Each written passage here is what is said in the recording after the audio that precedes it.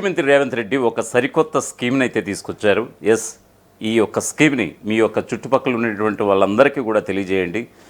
దివ్యాంగులకు అండగా ఉండేలాగా ఒక సరికొత్త స్కీమ్ ఇది.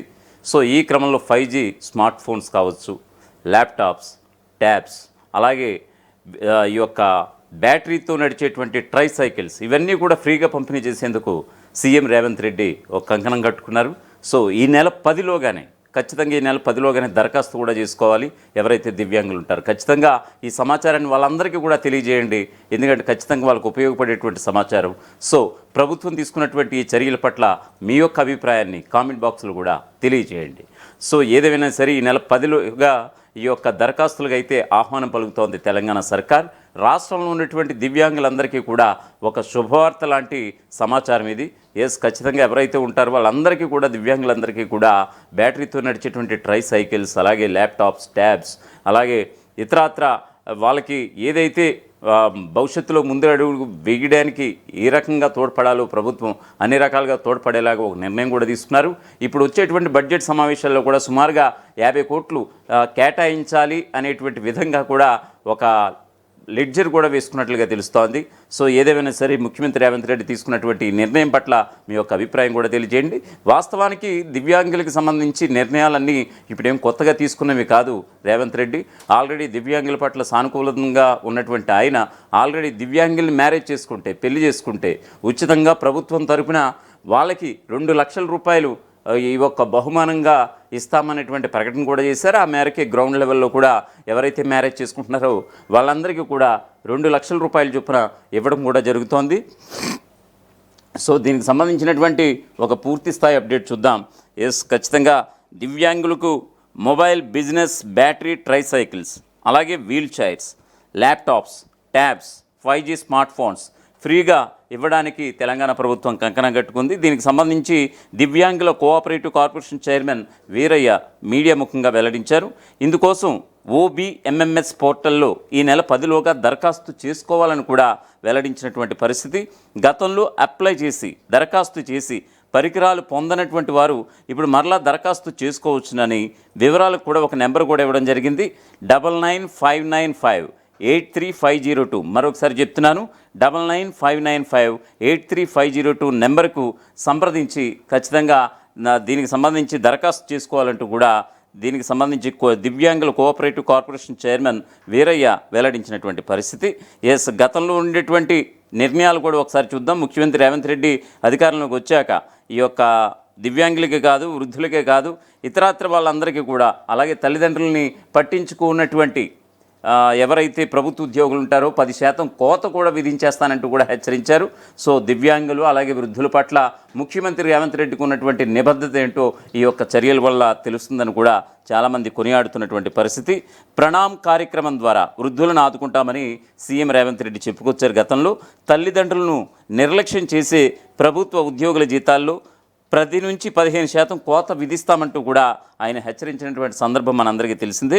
ఇక దివ్యాంగుల విషయానికి వస్తే కనుక దివ్యాంగులు వివాహం చేసుకుంటే 2 లక్షల రూపాయల ఆర్థిక సాయాన్ని అందజేస్తామని కూడా తెలంగాణ సీఎం రేవంత్ రెడ్డి ప్రకటించారు. దివ్యాంగులను ఇతరులు వివాహం చేసుకున్నా సరే ఈ ఆర్థిక సాయాన్ని అందిస్తామంటూ కూడా ఆయన వెల్లడించడం జరిగింది. అలాగే ప్రభుత్వ ఉద్యోగాల్లో వారికి సముచిత స్థానం కల్పిస్తామని కూడా సీఎం రేవంత్ రెడ్డి దివ్యాంగులకు ఇచ్చినటువంటి హామీగా మనం ఇక్కడ చెప్పుకోవచ్చు. ఇక క్రీడల్లో రాణించినటువంటి దివ్యాంగులకు ప్రభుత్వ ఉద్యోగాల్లో కూడా చోటు కల్పిస్తామని కూడా చెప్పుకొచ్చారు. అలాగే సమాజంలో ఆత్మగౌరవంతో వారు నిలబడేలాగా తమ ప్రభుత్వం మానవీయ కోణంలో పనిచేస్తుందంటూ కూడా వెల్లడించారు. ఒక కుటుంబ సభ్యుల్లా వారికి భరోసా కల్పించేందుకు ఈ ప్రభుత్వం ఎన్నడూ లేని విధంగా 50 కోట్లు కేటాయించిందని ఈ సందర్భంగా సీఎం రేవంత్ రెడ్డి కూడా చెప్పుకొచ్చారు. ఇక ప్రభుత్వం కల్పించేటువంటి అవకాశాలను ఉపయోగించుకుని జీవితంలో ఎదగాలని దివ్యాంగులకు సీఎం రేవంత్ రెడ్డి సూచిస్తూ వస్తున్నారు. ఈ ప్రాంతంలో దివ్యాంగులకు స్ఫూర్తి కేంద్ర మాజీ మంత్రి జైపాల్ రెడ్డి అని ఆయన గుర్తు చేశారు. వైకల్యం అనే ఆలోచనను దరిచేరనీయకుండా ఉన్నత స్థాయికి ఎదిగినటువంటి గొప్ప వ్యక్తి జైపాల్ రెడ్డి అంటూ కూడా ఆయన గుర్తు చేసినటువంటి సందర్భాన్ని కూడా ఈ సందర్భంగా మనం చర్చించుకోవాలి. ఎస్ ఖచ్చితంగా చిన్నారుల కోసమైతే బాల భరోసా, వృద్ధుల కోసమైతే ప్రణామ్ డే కేర్ సెంటర్స్, అలాగే ట్రాన్స్జెండర్స్ కోసమైతే ప్రత్యేకంగా రూపొందించినటువంటి పథకాన్ని కూడా ఈ మధ్యనే డిప్యూటీ సీఎం భట్టి విక్రమార్క, అలాగే మంత్రులు దామోదర రాజనరసింహ, సీతక్క, అడ్లూరు లక్ష్మణ్తో కలిసి సీఎం రేవంత్ రెడ్డి ప్రారంభించినటువంటి సందర్భాన్ని కూడా మీకు ఈ సందర్భంగా గుర్తు చేస్తున్నాను.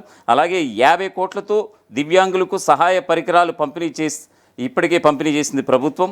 అలాగే ప్రణామ్ కార్యక్రమం ద్వారా వృద్ధులను ఆదుకునేలా కూడా ఒక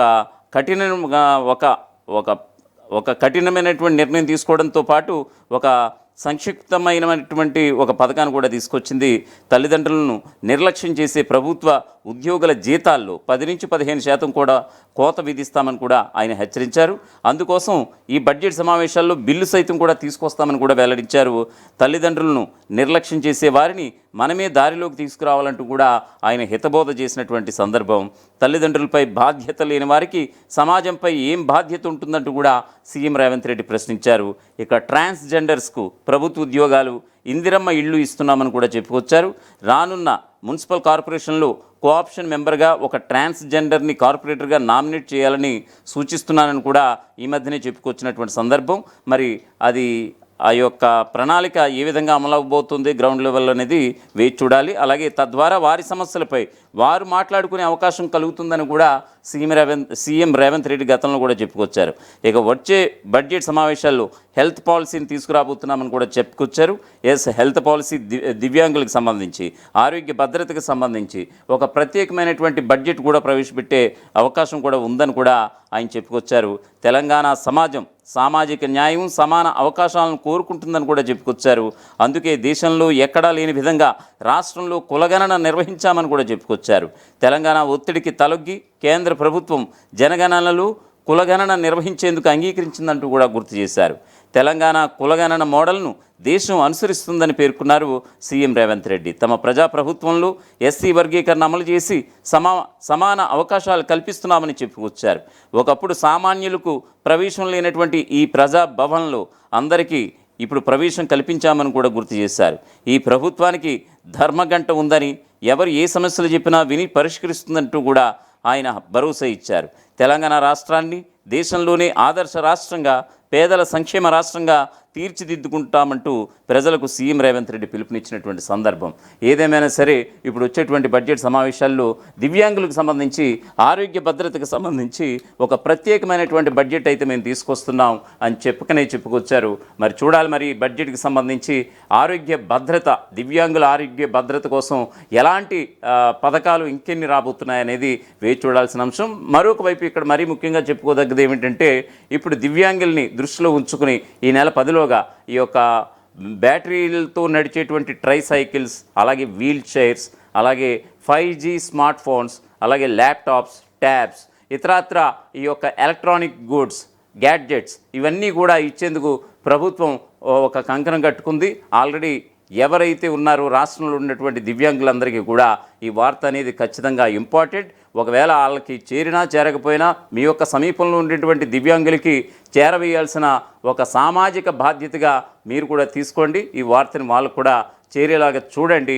సో ఖచ్చితంగా ఈ నెల 10 వరకే డెడ్లైన్ పెట్టింది ప్రభుత్వం. ఎవరైతే దరఖాస్తు చేసుకుంటారో ఈ యొక్క అధికారిక పోర్టల్లోకి వెళ్ళి దరఖాస్తు చేసుకోవాలి. అలాగే దానికి సంబంధించినటువంటి నెంబర్ కూడా నేను ఇదివరకే చెప్పాను ఒక 10 నిమిషాల బ్యాక్. సో ఆ నెంబర్ను కూడా ఒకసారి పరిశీలించి వాళ్ళకి కాల్ చేయండి. సో తద్వారా ఈ యొక్క ఎలక్ట్రానిక్ గ్యాడ్జెట్స్ దివ్యాంగులకు అందేలా చూస్తే ఖచ్చితంగా వాళ్ళ భవిష్యత్తులో ఒక ఆర్థిక భరోసా కలిగే అవకాశం ఉంటుంది. ఖచ్చితంగా ఆ యొక్క ఉపకరణాలని, ఈ యొక్క గ్యాడ్జెట్స్ని వినియోగించుకుని వాళ్ళ భవిష్యత్తులో ముందుకు వెళ్ళే అవకాశాలు చాలా స్పష్టంగా ఉంటాయి. ఏదేమైనా సరే ఈ యొక్క వార్తని 10 మందికి చేరేలా చేయండి. అలాగే దివ్యాంగుల పట్ల రేవంత్ రెడ్డి తీసుకున్నటువంటి నిర్ణయాలు, అలాగే దివ్యాంగులు మ్యారేజ్ చేసుకున్నా లేకపోతే ఇతరులు మ్యారేజ్ చేసుకున్నా 2 లక్షలు ఇచ్చేటువంటి ప్రభుత్వ నిర్ణయాన్ని కూడా మీరు సమర్థిస్తున్నట్లయితే కామెంట్ చేయండి. ఒకవేళ ఒప్పుకోవడం లేదా ఒకవేళ ఒప్పుకోకపోతే దానికి సంబంధించినటువంటి కారణం కూడా మీ యొక్క అభిప్రాయాన్ని అయితే షేర్ చేయండి కామెంట్ బాక్స్లో. అసలైన తొలి వెలుగు. ఫాలో వాట్సాప్ @తొలి వెలుగు official.